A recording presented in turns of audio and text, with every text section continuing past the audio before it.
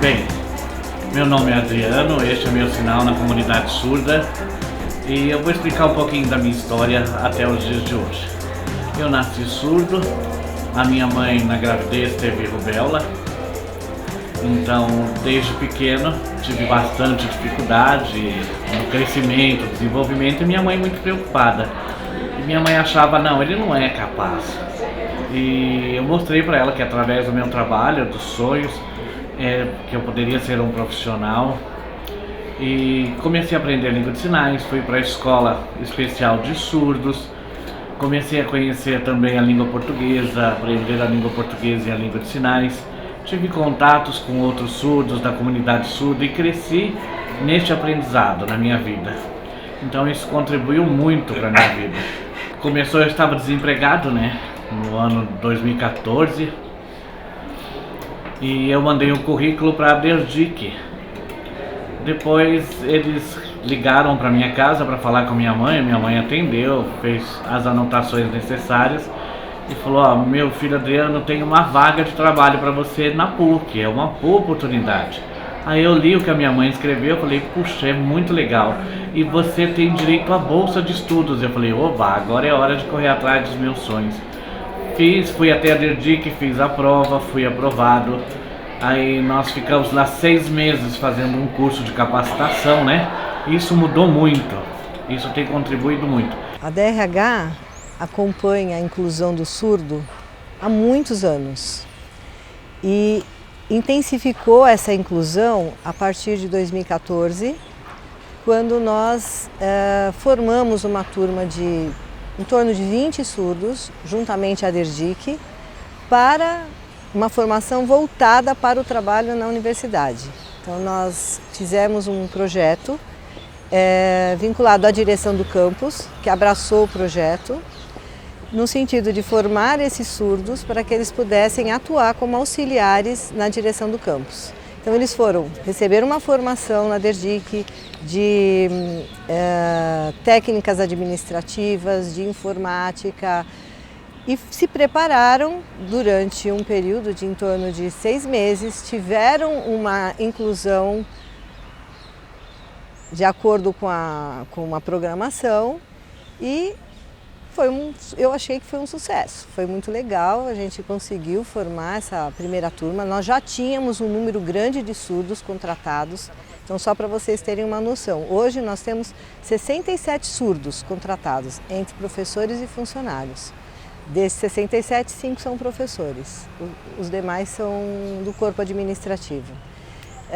Esses 20, eles vieram agregar esse montante de surdos que nós já tínhamos contratados na universidade. Por isso que eu falo que é um projeto de anos, a inclusão do surdo. Foi muito bem sucedido, esse projeto teve uma nova edição em 2017. Então por quê? Porque esses surdos que entraram nesse projeto em 2014, naturalmente eles foram evoluindo. Então, a universidade, quando os recebeu, também deixa aberta a possibilidade de crescimento. Então, eles tiveram a possibilidade de se tornar alunos da universidade. Alguns até foram para outras oportunidades externas, ou seja, não necessariamente ficaram, mas tiveram a possibilidade de estudar. E, com isso, o projeto acabou necessitando de novos surdos. Então, em 2017, fizemos uma nova turma e repetimos esse programa de inclusão. Em 2018, eles começaram, que é o último grupo, e o projeto continua. Nós somos procurados pelo RH da Fundação São Paulo, da PUC, para que pudessem a ideia era criar um espaço onde os surdos pudessem ser inseridos, né? Até então eram inclusões bastante pontuais, foi criado um programa, eles foram para a direção de campus, né, a primeira turma, isso já faz mais ou menos uns 5, 6 anos, nós fizemos uma turma de 20, o RH veio para cá, nós preparamos, selecionamos essas pessoas, demos todo o treinamento com foco nas atividades que eles iam estar desempenhando lá, desenvolvendo, e eles chegaram bastante qualificados, assim, foi uma experiência que deu muito certo. E depois de um tempo, a ideia foi de promover a PUC, acho que tem essa preocupação, né, o RH, de promover esses surdos saírem desta área e irem para a área administrativa, porque o nosso curso foi muito na área administrativa também. Então, cada um foi se colocando, acho que para o surdo foi uma experiência incrível, né, porque eles puderam, primeiro, fazer faculdade dentro da universidade, segundo, porque eles tinham uma expectativa muito grande de trabalhar na área administrativa e eles chegaram numa ocupação um pouco mais básica, mas eles tiveram a possibilidade de serem transferidos para áreas administrativas onde eles realmente puderam se desenvolver cada vez mais. Desde o começo a gente pensou muito nessa questão, para ter o cuidado de não inserir o deficiente e simplesmente encostá-lo, né?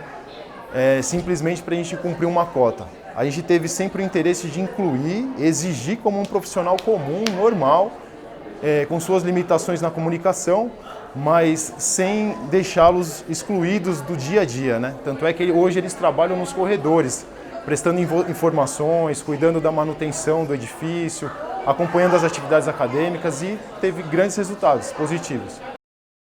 Meu nome é Renata e esse é o meu sinal. Eu passei na entrevista da Derdic, fiz uma prova, fui avaliada, fiquei durante um período de 6 meses em treinamento para aprender como trabalhar. Fiquei muito feliz e o chefe foi escolhendo, né, os surdos. E aí nós entramos, começamos a aprender, ver como funcionavam as coisas. E então, em 2015, eu comecei a trabalhar, né? Então, no final de fevereiro, na verdade no final de janeiro, fevereiro, né? Que foi o período que eu comecei a mexer com o trabalho. Então, eu já pegava as chaves, abria as salas, ver se havia alguma coisa quebrada, se tinha giz ali, se as salas estavam bagunçadas, se as carteiras estavam organizadas. Se necessário, eu chamo o pessoal da limpeza para que venham limpar, organizar. Então, eu faço toda essa parte de averiguação. Então, eu fico olhando para ver se os projetores estão tudo ok também. A Derdic tem como missão, de modo geral, a inclusão social, educacional e no mercado de trabalho do surdo. Desde bebês que são diagnosticados e chegam da maternidade com 3 meses de idade, colocam um aparelho e às vezes vão fazer implante coclear e tem um trabalho clínico para a língua brasileira, língua portuguesa falada, até os surdos que não vão fazer implante, não optam pela oralidade e vão aprender língua brasileira de sinais. Na nossa escola, então, é uma escola de ensino, educação infantil, Fundamental 1, Fundamental 2, que é bilíngue, e ela usa a língua brasileira de sinais, então até o 9º ano.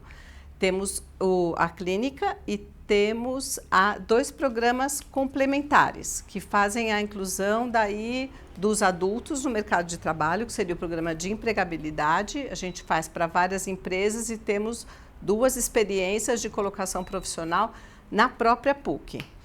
Então, o setor de empregabilidade trabalha com jovens e adultos, buscando formá-los ou ajudá-los a se inserir no mercado de trabalho.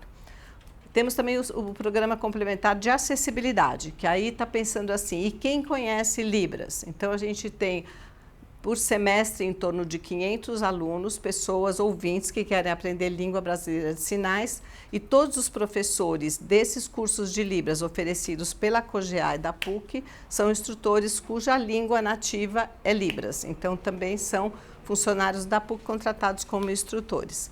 Então, eu acho que dentre os 2, eles se completam, porque quando a gente tem um trabalho na empresa e na própria PUC, o setor de acessibilidade faz oficinas de Libras para os setores onde esses surdos serão inseridos. Então, acho que é bastante interessante e uma experiência bem diversificada, desde o surdo com formação e que ele é professor da nossa escola, por exemplo, até o surdo que tem dificuldade de inserção porque ele não teve oportunidade de ter uma educação formal até o ponto de ser acolhido pelo mercado de trabalho. Eu estou aqui já há 5 anos, pela 2ª vez, porque já trabalhei como intérprete, guia intérprete de um surdo cego. Já tenho várias interpretações, formações de surdos em outras universidades, são 26 anos de prática, e aqui na PUC 5 anos. Eu acompanho os surdos desde a matrícula até o dia da formação. E isso é muito gratificante para a gente. Eu tenho um irmão surdo mais velho, que hoje tem 62 anos, e nós falamos que é surdo-lobo. Por quê? Porque ele nunca foi à escola, nunca aprendeu português escrito, falado, nem a língua de sinais. Então eu tive muito interesse em tentar ajudá-lo a se comunicar de alguma forma. Procurei alguns amigos que sabiam que naquela época o básico da língua de sinais, que nós achávamos que era correto o alfabeto. Pensei, se eu aprender só o alfabeto eu vou conseguir me comunicar. Não é assim. E eu nunca pensei que o fato de ter procurado a língua de sinais que um dia se tornaria profissão. Tão importante, né? Você fazer parte da vida de cada surdo que você contribuiu com a formação.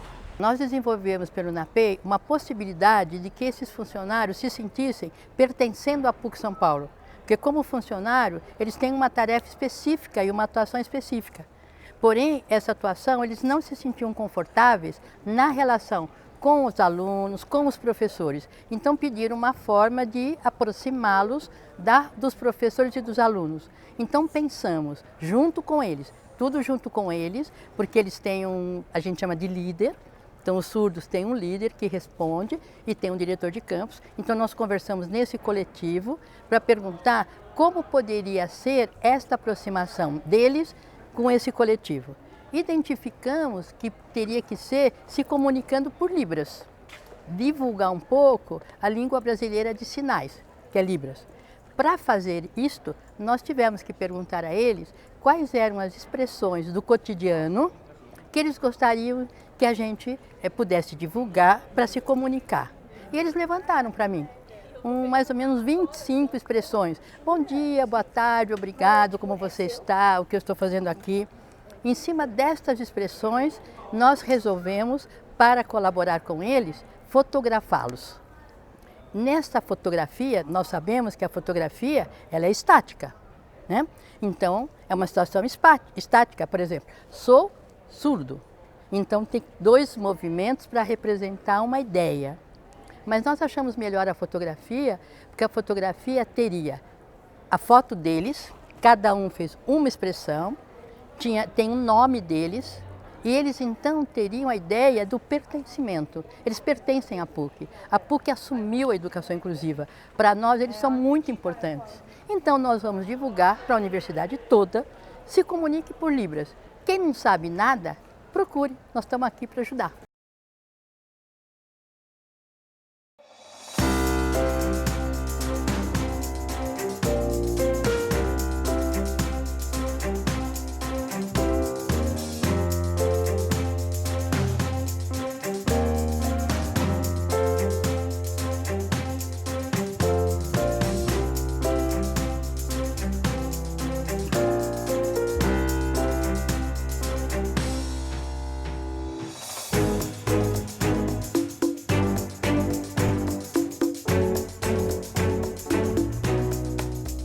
Nós temos surdos em todos os campos, então todos os campos, se a gente for colocar Marquês de Paranaguá, Sorocaba, Derdique, Monte Alegre, que são os principais, em todos nós temos funcionários surdos.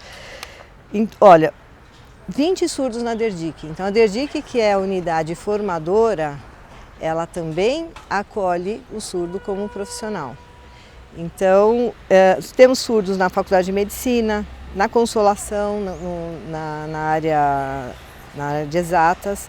No Hospital Santa Lucinda, nós temos 3 surdos. Então, ou seja, o surdo, ele é possível o trabalho do surdo em qualquer unidade da universidade. Então, a possibilidade de crescimento para o surdo é a mesma que qualquer outra pessoa sem deficiência.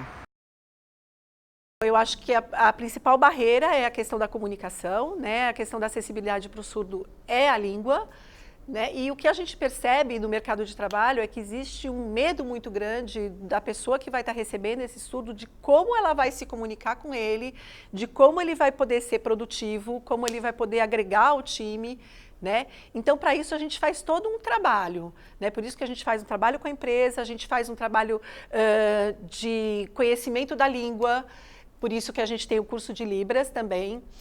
A gente faz um trabalho de conhecimento de como é que esta pessoa trabalha, de quais as características, quais os potenciais que ela tem que podem ser aproveitados. Ou seja, o nosso foco não é na deficiência, mas na capacidade dele.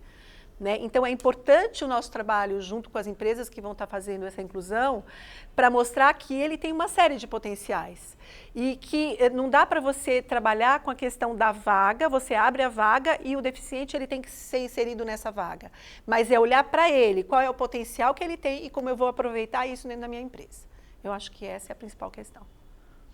Não sei se eu fui clara. Em dezembro eu passei no vestibular, passei no curso de administração, eu consegui, fiquei tão feliz, a minha família, minha mãe, meus irmãos, meus tios, primos, falando, Renata, você conseguiu, choraram de emoção, de felicidade, comecei a estudar em fevereiro, foi muito difícil, né, porque a administração é um curso muito aprofundado, as matérias são pesadas, mas o intérprete sempre mediando ali a comunicação, as aulas, é difícil, porque o surdo tem o português como segunda língua, é difícil saber as terminologias, né, a parte de direito, de sociologia, psicologia, contabilidade, PPO, que é o trabalho de pesquisa, é difícil, mas eu estou me desenvolvendo, estou me preparando para o semestre que vem, estou gostando muito, é muito bom. Antes até da lei, né? Porque a legislação obriga que todos os empregadores tenham em seus quadros um percentual específico de portadores de deficiência. Mas, no caso da Fundação São Paulo da PUC, a gente tenta sempre enxergar a lei como uma referência, mas não como uma, vamos dizer assim, uma orientadora. Claro que a gente tem que seguir a lei, mas nós já temos um histórico de abraçar a deficiência ao longo, desde a existência da universidade. Então, para a RH de uma instituição como a nossa, né, uma Fundação São Paulo, uma Pontifícia Universidade Católica, é natural trabalhar com a inclusão. Para as empresas, eu acho que é um exemplo. Então, ou seja, e para os próprios alunos que convivem com o surdo no seu dia a dia, então por isso que eu acho o projeto desafiante, porque o aluno está auxiliando a direção do campus num contato direto com o aluno que vai levar essa experiência para a empresa onde ele for trabalhar. O professor está ali, ele trabalha em outras organizações, essa interação, a possibilidade dele interar e conseguir resolver suas questões fazendo essa interação, leva para ele essa experiência para outros lugares. Então, acho que esse é um desafio que a universidade propicia e que as empresas deveriam abraçar a partir das suas possibilidades. Minha mensagem para toda a comunidade, surdos, ouvintes, de qualquer polo, de qualquer administração, é assim que contribua com a acessibilidade. Você vê nos países europeus a diferença que existe do nosso país, realmente a acessibilidade não é tão difícil assim de concluir, que as pessoas tenham consciência e aprendam língua de sinais, porque para ir para um hospital, para ir para determinado lugar é preciso o tradutor intérprete, então eu peço isso, a acessibilidade.